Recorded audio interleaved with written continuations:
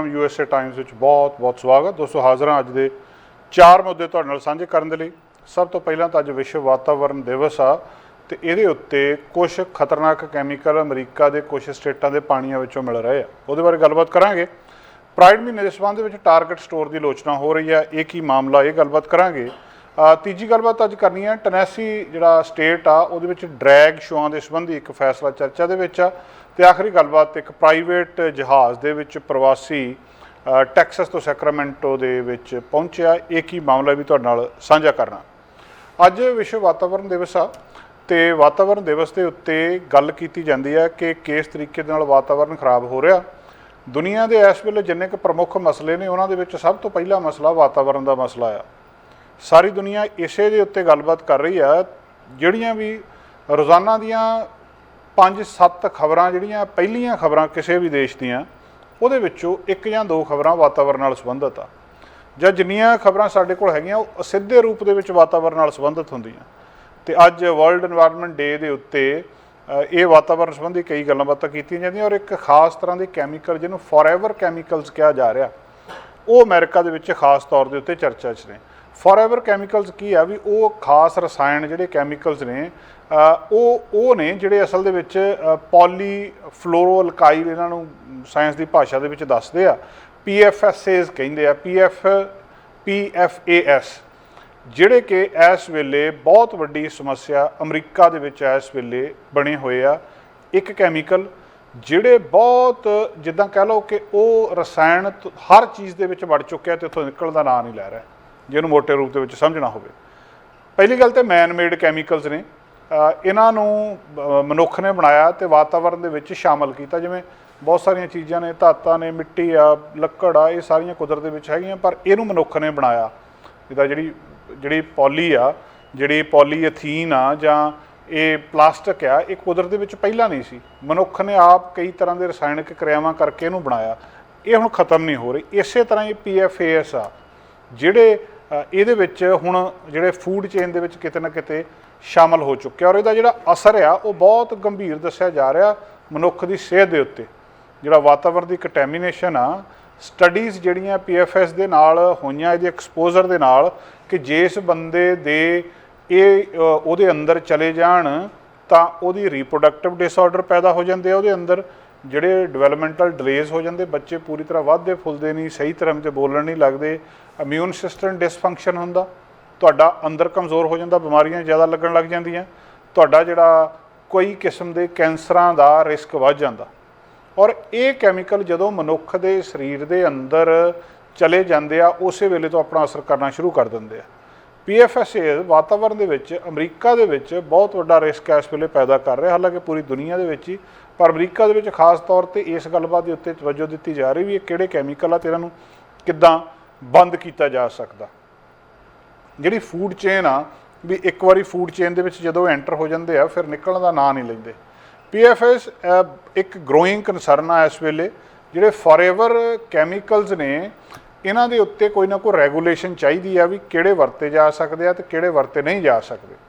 Research ਇਹ ਵੀ ਕਰ ਰਹੀਆਂ ਸਰਕਾਰਾਂ ਜਾਂ ਏਜੰਸੀਜ਼ ਕਿ ਇਹਦੇ ਅਸਰ ਨੂੰ ਘਟਾਇਆ ਕਿੱਦਾਂ ਜਾ ਸਕਦਾ। ਹੁਣ ਕਈ ਸਟੇਟਾਂ ਦੇ ਵਿੱਚ ਉੱਥੇ ਕੁਝ ਗੱਲਾਂ ਸਾਹਮਣੇ ਆਈਆਂ ਵੀ ਇੱਕ ਪਰਿਵਾਰ ਪਾਣੀ ਪੀਂਦਾ ਸੀ ਤੇ ਉਹਨਾਂ ਨੂੰ ਮਤਲਬ ਇਹ ਕਿਹਾ ਗਿਆ ਵੀ 2017 ਦੀ ਇਹ ਗੱਲਬਾਤ ਆ ਵਾਸ਼ਿੰਗਟਨ ਸਟੇਟ ਦੀ, ਤੇ ਉੱਥੇ ਇੱਕ ਡੋਰਬੈਲ ਉਹਨਾਂ ਦੀ ਕੋਈ ਖੜਕਾਉਂਦਾ ਆ ਕੇ ਤੇ ਉਹਨਾਂ ਨੂੰ ਇੱਕ ਖਬਰ ਦਿੰਦਾ ਆ ਕਿ ਜਿਹੜੇ ਇਹ ਕੈਮੀਕਲਸ ਹੁੰਦੇ ਆ, ਜਿਵੇਂ ਫਾਇਰ ਫਾਈਟਰ ਫੋਮ ਹੁੰਦੀ ਆ ਜਿਹੜੀ ਟ੍ਰੇਨਿੰਗ ਐਕਸਰਸਾਈਜ਼ ਵੇਲੇ ਵਰਤਦੇ ਆ ਜਾਂ ਅੱਗ ਬੁਝਾਉਣ ਦੇ ਲਈ ਵਰਤਦੇ ਆ, ਜਾਂ ਜਿਹੜੀ ਮਿਲਟਰੀ ਸਟ੍ਰਿਪਸ ਹੁੰਦੀਆਂ ਉੱਥੇ, ਉਹ ਕਿਸੇ ਨਾ ਕਿਸੇ ਤਰ੍ਹਾਂ ਕਹਿੰਦੇ ਪਾਣੀ ਦੇ ਵਿੱਚ ਚਲੇ ਗਈ ਆ। ਅਤੇ ਤੁਹਾਨੂੰ ਇਹ ਕਿਹਾ ਗਿਆ ਵੀ ਤੁਸੀਂ ਪਾਣੀ ਨਹੀਂ ਪੀਣਾ ਹੁਣ ਉਹਨਾਂ ਨੂੰ, ਵੀ ਤੁਸੀਂ ਫਲਾਣੀ ਥਾਂ ਦੇ ਉੱਤੋਂ ਲਿਆ ਕੇ ਸੇਫਵੇ ਤੋਂ ਜਾਂ ਜਿਹੜਾ ਤੁਹਾਡੇ ਨੇੜੇ ਹੈਗਾ ਉੱਥੋਂ ਪਾਣੀ ਪੀਓ।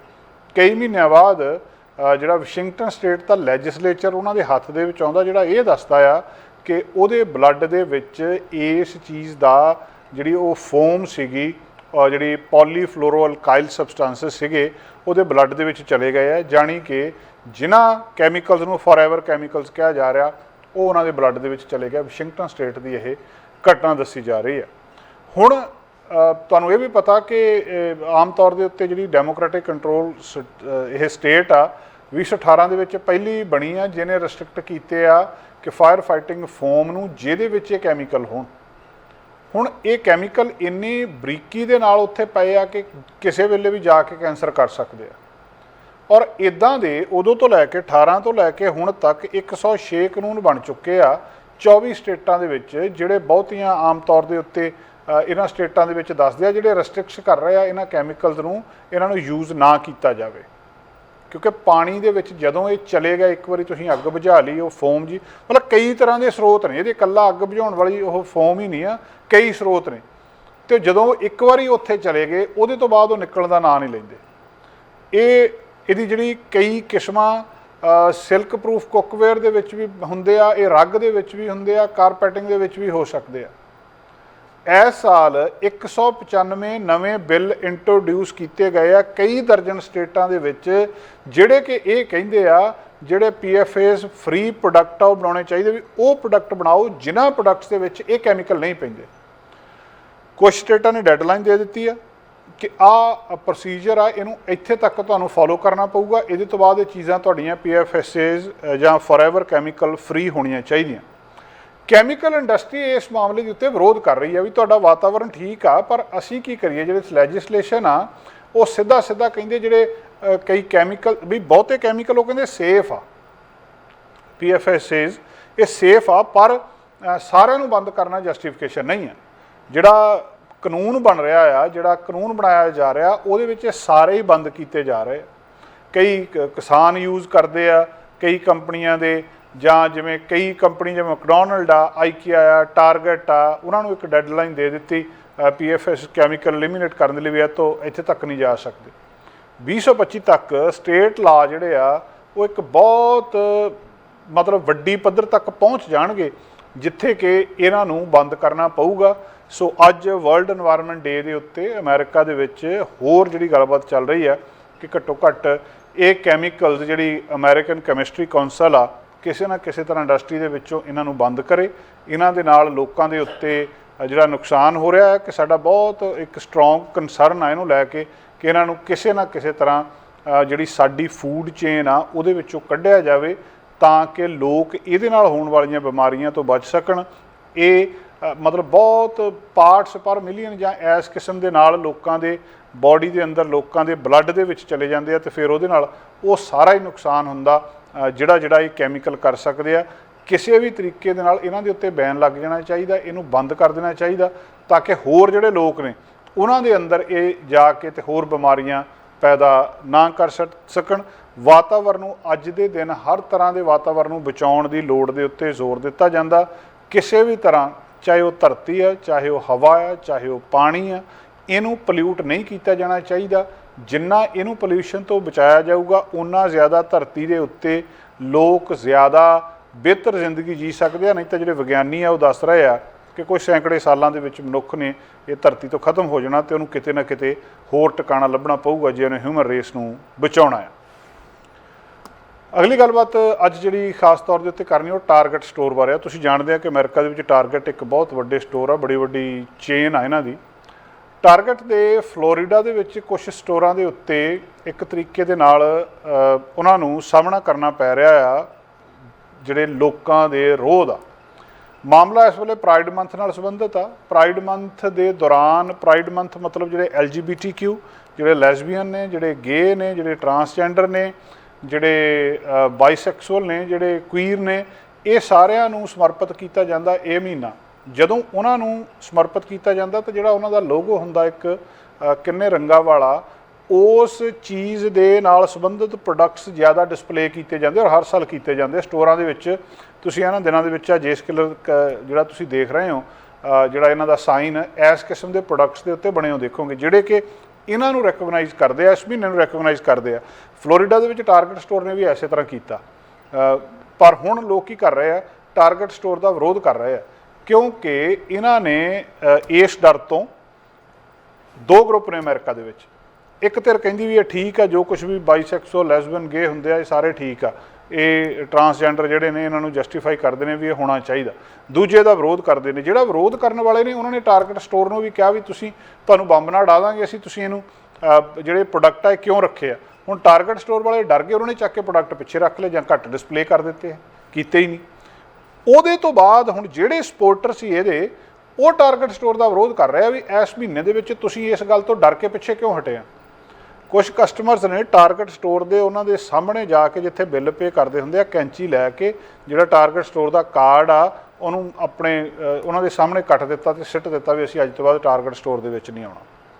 ਹੁਣ ਇਹ ਇੱਕ ਘਟਨਾ ਨਹੀਂ, ਕਈ ਇੱਦਾਂ ਦੀ ਘਟਨਾਵਾਂ ਹੋਈਆਂ ਔਰ ਰੋਜ਼ ਹੀ ਉਹਨਾਂ ਦਾ ਸਾਹਮਣਾ ਹੋ ਰਿਹਾ ਵਰਕਰਸ ਦਾ। LGBTQ+ ਜਿਹੜੇ ਸਪੋਰਟਰ ਨੇ ਉਹਨਾਂ ਦੇ ਨਾਲ ਸਾਊਥ ਫਲੋਰੀਡਾ ਲੋਕੇਸ਼ਨ ਦੀ ਇਹ ਗੱਲਬਾਤ ਦੱਸੀ ਜਾ ਰਹੀ ਆ, ਜਿੱਥੇ ਕਿ ਇਸ ਤਰ੍ਹਾਂ ਦੀਆਂ ਕਈ ਘਟਨਾਵਾਂ ਹੋ ਰਹੀਆਂ। ਟਾਰਗੇਟ ਇੱਕ ਜਿਹੜਾ ਟਾਰਗੇਟ ਆ ਇਹ ਲੇਟੈਸਟ ਬ੍ਰਾਂਡ ਹੈਗਾ ਜਿਹਨੂੰ ਕਿ ਇੱਕ ਕਲਚਰ ਵਾਰ ਕਿਹਾ ਜਾ ਸਕਦਾ ਕਿ ਸੱਭਿਆਚਾਰਕ ਲੜਾਈ ਆ ਜਿਹੜੀ ਸਮਾਜਿਕ ਮੁੱਦਿਆਂ ਦੇ ਉੱਤੇ ਪੋਲਰਾਈਜੇਸ਼ਨ ਦੇ ਉੱਤੇ ਲੈ ਕੇ ਵੀ ਕੁਝ ਲੋਕ ਜਿਹੜੇ ਉਹਦੇ ਸਪੋਰਟ 'ਚ ਅਤੇ ਕੁਝ ਲੋਕ ਵਿਰੋਧ ਦੇ ਵਿੱਚ ਆ ਅਤੇ ਜਿਹੜਾ ਸਿੱਧਾ ਟਾਰਗੇਟ ਆ ਉਹ ਇਸ ਸਟੋਰ ਨੂੰ ਕੀਤਾ ਜਾ ਰਿਹਾ। ਪ੍ਰਾਈਡ ਮੰਥ ਇਨਕਲੂਸਿਵ ਆ, ਇਹਦੇ ਵਿੱਚ ਕਿ ਸਾਰਾ ਕੁਝ ਇਨਕਲੂਡ ਹੋਣਾ ਚਾਹੀਦਾ, ਇਨਕਲੂਸਿਵ ਹੋਣਾ ਚਾਹੀਦਾ, ਤੁਹਾਨੂੰ ਸਾਰਿਆਂ ਨੂੰ ਬਰਾਬਰ ਦਾ ਸਨਮਾਨ ਦੇਣਾ ਚਾਹੀਦਾ। ਸੋ ਇਸ ਵੇਲੇ ਇਹ ਇੱਕ ਵੱਡੀ ਸਮੱਸਿਆ ਉਸ ਵੇਲੇ ਬਣਿਆ ਹੈ। ਹੋਰ ਵੀ ਰਿਟੇਲਰ ਨੇ, ਇਕੱਲੇ ਟਾਰਗੇਟ ਦੀ ਗੱਲ ਨਹੀਂ ਆ, ਕੋਲਜ਼, ਵਾਲਮਾਰਟ, ਪੈਟ ਸਮਾਰਟ, ਇਹਨਾਂ ਸਾਰਿਆਂ ਨੂੰ ਵੀ ਬੈਕਲੈਸ਼ ਇਸ ਗੱਲ ਦਾ ਜਿਹੜੇ ਆਏ ਆ ਕਿ ਕਿਉਂਕਿ ਇਹਨਾਂ ਨੇ ਵੀ ਸਟਾਕ ਕੀਤੀਆਂ ਸੀ ਇਹ ਆਈਟਮ ਜਿਹੜੀਆਂ ਇਕੁਅਲ ਰਾਈਟਸ ਜਾਂ ਐਕਸੈਪਟੈਂਸ ਗੇ, ਲੈਸਬੀਅਨ ਜਾਂ ਜਿਹੜੇ ਟਰਾਂਸਜੈਂਡਰ ਨੂੰ ਕਰਦੀਆਂ ਆ, ਉਹਨਾਂ ਨੇ ਵੀ ਜਿਹੜਾ ਇਹਨੂੰ ਜਿਹੜਾ ਇਸ ਮਾਮਲੇ ਦੇ ਉੱਤੇ ਕੀਤਾ ਆ। ਹੁਣ ਟਾਰਗੇਟ ਦੇ ਕੇਸ ਦੇ ਵਿੱਚ ਉਹਨਾਂ ਨੇ ਜਿਹੜੇ ਪ੍ਰਾਈਡ ਮਰਚੈਂਡੀ ਸੀਗੇ ਉਹਨਾਂ ਨੂੰ ਪੁੱਲ ਕਰ ਲਿਆ ਮਟੀਰੀਅਲ ਨੂੰ ਉਹਨਾਂ ਦੇ ਸਟੋਰ ਦੇ ਉੱਤੋਂ ਪਿਛਲੇ ਦਿਨਾਂ ਦੇ ਵਿੱਚ, ਕਿਉਂਕਿ ਧਮਕੀਆਂ ਬਹੁਤ ਆਈਆਂ ਸੀ। ਹੁਣ ਇੱਕ ਪਾਸੇ ਲੋਕ ਜਿਹੜੇ ਸਪੋਰਟਰ ਨੇ ਉਹ ਕਹਿ ਰਹੇ ਆ ਰੱਖੋ, ਤੁਸੀਂ ਡਰਦੇ ਕਿਉਂ ਆ, ਤੁਹਾਨੂੰ ਇਹ ਪ੍ਰੋਡਕਟ ਰੱਖਣੇ ਚਾਹੀਦੇ, ਚੀਜ਼ਾਂ ਕੁਛ ਵੀ ਪਰਸ ਕੁਛ ਵੀ ਜਿਹਦੇ ਉੱਤੇ ਉਹ ਪ੍ਰਾਈਡ ਮੰਥ ਇਹਨਾਂ ਨੂੰ ਦੱਸਦੀਆਂ ਚੀਜ਼ਾਂ ਹੁਣ ਉਹਨੂੰ ਰੱਖੋ। ਦੂਜੀ ਧਿਰ ਕਹਿ ਰਹੀ ਹੈ ਵੀ ਤੁਸੀਂ ਰੱਖੀਆਂ ਕਿਉਂ ਇਹ, ਉਹਨਾਂ ਨੇ ਰੱਖ ਕੇ ਜਦੋਂ ਪਿੱਛੇ ਕਰ ਲੈਂਦੇ ਆ ਤਾਂ ਦੂਜੇ ਟਾਰਗੇਟ ਕਰ ਰਹੇ ਆ ਵੀ ਤੁਸੀਂ ਇਹ ਡਰ ਗਏ ਆ ਅਤੇ ਤੁਸੀਂ ਹੁਣ ਅਸੀਂ ਤੁਹਾਡੇ ਕਸਟਮਰ ਨਹੀਂ, ਵੀ ਤੁਸੀਂ ਇਨਕਲੂਜਨ ਨਹੀਂ ਕਰ ਰਹੇ, ਤੁਸੀਂ ਇਹਨੂੰ ਸਹੀ ਤਰੀਕੇ ਨਾਲ ਡਿਸਪਲੇ ਨਹੀਂ ਕਰ ਰਹੇ। ਸੋ ਇਸ ਵੇਲੇ ਇੱਕ ਵੱਡਾ ਮੁੱਦਾ ਪ੍ਰਾਈਡ ਮੰਥ ਦੇ ਵਿੱਚ ਹੋਣਾ ਤੇ ਇਹ ਚਾਹੀਦਾ ਵੀ ਇਨਕਲੂਜਨ ਦੀ ਗੱਲਬਾਤ ਹੋਣੀ ਚਾਹੀਦੀ ਹੈ, ਇਹਨਾਂ ਦੀ ਵੈਲਿਊਜ਼ ਦੀ ਗੱਲਬਾਤ ਹੋਣੀ ਚਾਹੀਦੀ ਆ। ਪਰ ਦੂਜੇ ਪਾਸੇ ਇਹ ਮੁੱਦਾ ਜਿਹੜਾ ਆ ਇਸ ਪਾਸੇ ਨੂੰ ਜਾ ਰਿਹਾ ਕਿ ਜਿਹੜੇ ਰਿਟੇਲ ਸਟੋਰਸ ਨੇ ਉਹਨਾਂ ਨੂੰ ਟਾਰਗੇਟ ਕੀਤਾ ਜਾ ਰਿਹਾ ਕਿ ਤੁਸੀਂ ਉੱਥੇ ਇਹ ਰੱਖਦੇ ਆ ਤਾਂ ਤੁਹਾਨੂੰ ਪਰੇਸ਼ਾਨੀ ਦਾ ਸਾਹਮਣਾ ਕਰਨਾ ਪੈਂਦਾ, ਜਦੋਂ ਤੁਸੀਂ ਨਹੀਂ ਰੱਖਦੇ ਤਾਂ ਦੂਜਾ ਗਰੁੱਪ ਤੁਹਾਨੂੰ ਪਰੇਸ਼ਾਨੀ ਦੇ ਵਿੱਚ ਪਾਉਂਦਾ। ਇਹ ਗੱਲਬਾਤ ਜਿਹੜੀ ਜਿੱਥੇ ਕਿ ਇਹ ਘਟਣੀ ਚਾਹੀਦੀ ਸੀ ਉਹਦੇ ਥਾਂ ਦੇ ਉੱਤੇ ਇਹ ਕਾਫੀ ਜ਼ਿਆਦਾ ਗੱਲਬਾਤ ਪਿਛਲੇ ਦਿਨਾਂ ਤੋਂ ਇਸ ਮਹੀਨੇ ਦੇ ਵਿੱਚ, ਖਾਸ ਕਰ ਜੂਨ ਦੇ ਮਹੀਨੇ ਦੇ ਵਿੱਚ, ਇਹ ਪ੍ਰਾਈਡ ਮੰਥ ਦੇ ਮਹੀਨੇ ਦੇ ਵਿੱਚ ਇਹ ਗੱਲਬਾਤ ਹੋਰ ਜ਼ਿਆਦਾ ਇਸ ਵੇਲੇ ਜਿਹੜੀ ਵੱਧਦੀ ਨਜ਼ਰ ਆ ਰਹੀ ਹੈ। ਅਗਲਾ ਮਸਲਾ ਪਹਿਲੀ ਖਬਰ ਦੇ ਲਗਭਗ ਨਾਲ ਸੰਬੰਧਿਤ ਹੀ ਆ, ਟੈਨੈਂਸੀ ਸਟੇਟ ਅਮਰੀਕਾ ਦੀ। ਇਹਦੇ ਵਿੱਚ ਫੈਡਰਲ ਜੱਜ ਨੇ ਇੱਕ ਵੱਖਰੇ ਤਰ੍ਹਾਂ ਦਾ ਫੈਸਲਾ ਕੀਤਾ ਆ। ਉਸ ਫੈਸਲੇ ਦੇ ਵਿੱਚ ਉਹ ਕਾਨੂੰਨ ਜਿਹੜਾ ਡਰੈਗ ਸ਼ੋਜ਼ ਨੂੰ ਪਬਲਿਕ ਜਾਂ ਦੂਜੇ ਥਾਵਾਂ ਦੇ ਉੱਤੇ ਜਿਹੜਾ ਰੋਕਦਾ ਆ ਉਹਨੂੰ ਅਨਕਨਸਟੀਟਿਊਸ਼ਨਲ ਕਿਹਾ ਵੀ ਇਹ ਗੈਰ ਸੰਵਿਧਾਨਿਕ ਆ ਅਤੇ ਇਹ ਮਤਲਬ ਉਹ ਕਹਿੰਦੇ ਗਲਤ ਆ, ਇਹਨੂੰ ਜਿਹੜਾ ਬਚਾਉਣਾ ਚਾਹੀਦਾ ਲੋਕਾਂ ਦੇ ਅਧਿਕਾਰ ਨੂੰ, ਇਹ ਗਲਤ ਕੀਤਾ ਜਾ ਰਿਹਾ। ਸ਼ੁੱਕਰਵਾਰ ਨੂੰ ਇਹ ਰੂਲਿੰਗ ਸਾਹਮਣੇ ਆਈ ਆ। US ਡਿਸਟ੍ਰਿਕਟ ਜੱਜ ਥੋਮਸ ਪਾਰਕਰ ਉਹਨੇ ਲਿਖਿਆ ਕਿ ਜਿਹੜਾ ਲਾ ਵਾਇਓਲੇਟ ਕਰਦਾ ਫਸਟ ਅਮੈਂਡਮੈਂਟ ਜਿਹੜੀ ਫਰੀडम ਆਫ ਸਪੀਚ ਆ ਉਹਨੂੰ ਇਹ ਅਨਕਨਸਟੀਟਿਊਸ਼ਨਲ ਆ, ਇਹ ਗੈਰ ਸੰਵਿਧਾਨਿਕ ਆ। ਹੁਣ ਮਾਮਲਾ ਇੱਥੇ ਵੀ ਬੜਾ ਇਹੀ ਸਪਸ਼ਟ ਆ। ਟੈਨੈਂਸੀ ਦੇ ਵਿੱਚ ਜਿਹੜੇ ਇੱਕ ਬਿੱਲ ਪਾਸ ਕੀਤਾ ਗਿਆ ਸੀ, ਕਾਨੂੰਨ ਪਾਸ ਕੀਤਾ ਗਿਆ ਸੀ ਕਿ ਜਿਹੜੇ ਡਰੈਗ ਸ਼ੋਜ਼ ਆ ਉਹ ਇੱਦਾਂ ਕਰਕੇ ਇਸ ਤਰੀਕੇ ਦੇ ਨਾਲ ਨਹੀਂ ਹੋ ਸਕਦੇ। ਡਰੈਗ ਸ਼ੋਜ਼ ਦਾ ਮਤਲਬ ਇਹ ਆ ਕਿ ਜਿਹੜੇ ਹੋਰ ਸੈਕਸ ਵਾਲੇ ਬੰਦਾ ਹੋਰ ਸੈਕਸ ਬਣ ਕੇ ਪਰਫਾਰਮ ਕਰਦਾ, ਜਿੱਦਾਂ ਇਹਨੂੰ ਸੌਖਾ ਸਮਝਣਾ ਹੋਵੇ ਤਾਂ ਪਿੰਡਾਂ ਦੇ ਵਿੱਚ ਨਚਾਰ ਆਉਂਦੇ ਹੁੰਦੇ ਸੀ, ਜਿਹੜੇ ਪੰਜਾਬ ਦੇ ਪਿੰਡਾਂ ਦੇ ਵਿੱਚ ਨਚਾਰ ਆਉਂਦੇ ਹੁੰਦੇ ਸੀ, ਉਹ ਹੁੰਦੇ ਮੁੰਡੇ ਸੀ ਪਰ ਕੁੜੀਆਂ ਬਣੇ ਹੁੰਦੇ ਸੀ। ਉਹਦਾ ਇੱਕ ਬਦਲਿਆ ਰੂਪ ਇੱਥੇ ਰੈਸਟੋਰੈਂਟਸ ਦੇ ਵਿੱਚ, ਜਿਹੜੇ ਕਲੱਬਾਂ ਦੇ ਵਿੱਚ ਕਿਤੇ ਨਾ ਕਿਤੇ ਕੀਤਾ ਜਾਂਦਾ। ਉਹ ਡਾਂਸ ਕਰਦੇ ਆ, ਮੁੰਡਾ ਹੁੰਦਾ ਕੁੜੀ ਬਣਿਆ ਹੁੰਦਾ ਅਤੇ ਉਹ ਉਸ ਕਿਸਮ ਦਾ ਉਹ ਡਾਂਸ ਕਰਦੇ ਆ, ਜਿਹਨੂੰ ਕਈ ਲੋਕ ਠੀਕ ਨਹੀਂ ਸਮਝਦੇ। ਉਹਨਾਂ ਨੇ ਕਾਨੂੰਨ ਪਾਸ ਕਰ ਦਿੱਤਾ ਵੀ ਇਹਨੂੰ ਬੰਦ ਕਰ ਦਿਓ, ਤੁਸੀਂ ਇਹਨੂੰ ਡਰੈਗ ਸ਼ੋਅ ਕਹਿੰਦੇ ਆ, ਵੀ ਇਹ ਡਰੈਗ ਸ਼ੋਅ ਨਹੀਂ ਹੋਣੇ ਚਾਹੀਦੇ। ਹੁਣ ਜੱਜ ਨੇ ਫੈਸਲਾ ਦਿੱਤਾ ਵੀ ਤੁਸੀਂ ਇੱਦਾਂ ਬੰਦ ਨਹੀਂ ਕਰ ਸਕਦੇ, ਇਹ ਗੱਲ ਗੈਰ ਸੰਵਿਧਾਨਿਕ ਆ ਕਿ ਜਿਹੜੇ ਇਹਨੂੰ ਤੁਸੀਂ ਐਂਟਰਟੇਨਮੈਂਟ ਦਾ ਜਿਹੜਾ ਜ਼ਰੀਆ ਆ ਜਾਂ ਕਿਸੇ ਦਾ ਆਪਣੇ ਆਪ ਨੂੰ ਐਕਸਪ੍ਰੈਸ ਕਰਨ ਦਾ ਅਧਿਕਾਰ ਆ, ਉਸ ਅਧਿਕਾਰ ਨੂੰ ਤੁਸੀਂ ਇੰਨੇ ਸੌਖੇ ਤਰੀਕੇ ਦੇ ਨਾਲ ਇੱਦਾਂ ਨਹੀਂ ਕਰ ਸਕਦੇ। ਉਹਨੇ ਜੱਜ ਨੇ ਇਹਨੂੰ ਲਾ ਨੂੰ ਬਲੌਕ ਕਰ ਦਿੱਤਾ ਜਦੋਂ ਇਹਨੇ ਆਉਣਾ ਸੀਗਾ ਤੇ ਉਸ ਵੇਲੇ ਤੋਂ ਲੈ ਕੇ ਇਹ ਲਗਾਤਾਰ ਜਿਹੜੀ ਆ ਇਹਨੂੰ ਅਨਕਨਸਟੀਟਿਊਸ਼ਨਲ ਕਹਿ ਕੇ ਇਹਦੇ ਉੱਤੇ ਗੱਲਬਾਤ ਕੀਤੀ ਗਈ ਸੀ। ਹੁਣ ਘੱਟੋ ਘੱਟ 26 ਜਿਹੜੇ ਪੂਰੇ ਨੇਸ਼ਨ ਦੇ ਵਿੱਚ ਇਹ ਇੰਟਰੋਡਿਊਸ ਕੀਤੇ ਗਏ ਇੱਦਾਂ ਦੇ ਬਿੱਲ ਜਿਹੜੇ ਡਰੈਗ ਈਵੈਂਟਸ ਦੇ ਨਾਲ ਸੰਬੰਧਿਤ ਲੈ ਕੇ।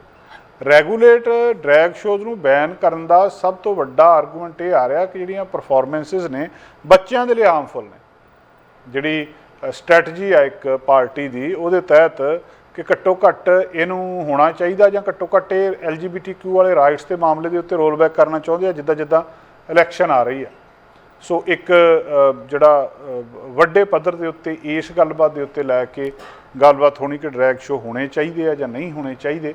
ਇਹ ਵੀ ਅਮਰੀਕਾ ਦਾ ਇਸ ਵੇਲੇ ਭਖਦਾ ਮਸਲਾ ਆ, ਤੇ ਜਿੱਦਾਂ ਜਿੱਦਾਂ ਇਸ ਵੇਲੇ ਇਲੈਕਸ਼ਨ ਨੇੜੇ ਆ ਰਹੀ ਆ ਉੱਦਾਂ ਹੀ ਇਸ ਮੁੱਦੇ ਦੇ ਉੱਤੇ ਇਹਦੇ ਹੱਕ ਤੇ ਵਿਰੋਧ ਵਾਲੇ ਲੋਕ ਜਿਹੜੇ ਆ ਉਹ ਦਲੀਲਾਂ ਦੇ ਰਹੇ ਆ। ਦੇਖੋ ਇਸ ਮਾਮਲੇ ਦੇ ਵਿੱਚ ਕਿੱਧਰਲੇ ਪਾਸੇ ਲੋਕ ਸਪੋਰਟ ਕਰਦੇ ਆ। ਅਗਲੀ ਗੱਲਬਾਤ ਅਮਰੀਕਾ ਦੀ ਇਮੀਗ੍ਰੇਸ਼ਨ ਦੇ ਨਾਲ ਸੰਬੰਧਿਤ ਆ। 16 ਜਿਹੜੇ ਮਾਈਗਰੈਂਟ ਸੀ ਜਿਹੜੇ ਵੈਨਜ਼ੂਏਲਾ ਤੋਂ ਉਧਰ ਬਾਰਡਰ ਟੱਪ ਕੇ ਇਧਰਲੇ ਵੈਨਜ਼ੂਏਲਾ ਤੇ ਕੋਲੰਬੀਆ ਤੋਂ ਬਾਰਡਰ ਟੱਪ ਕੇ ਅਮਰੀਕਾ ਦੇ ਵਿੱਚ ਆ ਗਏ ਟੈਕਸਸ ਦੇ ਵਿੱਚ, ਤੇ ਉਹਨਾਂ ਨੂੰ ਕਹਿੰਦੇ ਪ੍ਰਾਈਵੇਟ ਜਹਾਜ਼ ਦੇ ਵਿੱਚ ਚੜ੍ਹ ਕੇ ਕੈਲੀਫੋਰਨੀਆ ਦੇ ਵਿੱਚ ਚਰਚ ਦੀ ਬਿਲਡਿੰਗ ਦੇ ਬਾਹਰ ਸੈਕਰਾਮੈਂਟੋ ਦੇ ਵਿੱਚ ਤਾਰ ਦਿੱਤਾ ਫਰਾਈਡੇ ਨੂੰ। ਸਟੇਟ ਅਫੀਸ਼ੀਅਲ ਇਹ ਦੱਸ ਰਹੇ ਆ। ਤੇ ਇਹ ਫਲੋਰੀਡਾ ਦਾ ਇੱਕ ਪ੍ਰੋਗਰਾਮ ਆ ਜਿਹੜਾ ਟਰਾਂਸਪੋਰਟ ਕਰਦਾ ਆ ਲੋਕਾਂ ਨੂੰ ਟੈਕਸਸ ਤੋਂ ਬਾਹਰ ਮਾਈਗਰੇਟ ਸੈਂਟਰ ਤੋਂ ਬਾਹਰ। ਇੱਕ ਮਤਲਬ ਫਲੋਰੀਡਾ ਦਾ ਇੱਕ ਪ੍ਰੋਗਰਾਮ ਆ ਜਿਹੜਾ ਮਾਈਗਰੈਂਟਸ ਨੂੰ ਦੂਜੀਆਂ ਥਾਵਾਂ ਦੇ ਉੱਤੇ ਲੈ ਕੇ ਜਾਂਦਾ।